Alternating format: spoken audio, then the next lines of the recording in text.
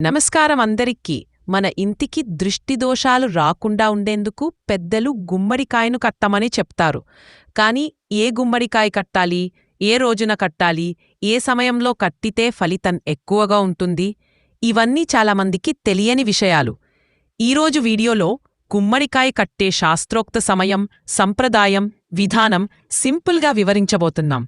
చివరి వరకు తప్పకుండా చూడండి. ఎలాంటి గుమ్మడికాయ కట్టాలో చూస్తాం, కానీ ఏ రోజున ఏ సమయంలో కట్టాలి, ఇది చాలామంది సందేహం. బూడిద గుమ్మడికాయను అమావాస్య నాడు కడితే అత్యంత శుభం అంటారు. ఆ రోజున కడితే నరదృష్టి, కనుదృష్టి రెండూ తొలగి ఇంట్లో ప్రశాంతత, శుభం నెలకొంటాని నమ్మకముంది. అమావాస్య నాడు సాధ్యం కాకపోతే బుధవారం లేదా శనివారం కూడా మంచి రోజులు.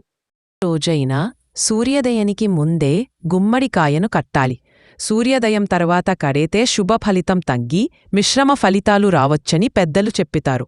కట్టే ముందు ఒక పెద్ద ప్లేట్లో గుమ్మడికాయను పెట్టి పసుపు రాసి కుంకుమ బొట్టు పెట్టి తర్వాత ఇంటి ముందు లేదా దుకాణం ముందు వేలాడదీయాలి.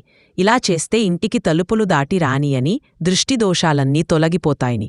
ఈ వీడియో మీకు ఉపయోగంగా అనిపిస్తే లైక్ చెయ్యండి, కుటుంబ సభ్యులు, స్నేహితులతో షేర్ చెయ్యండి.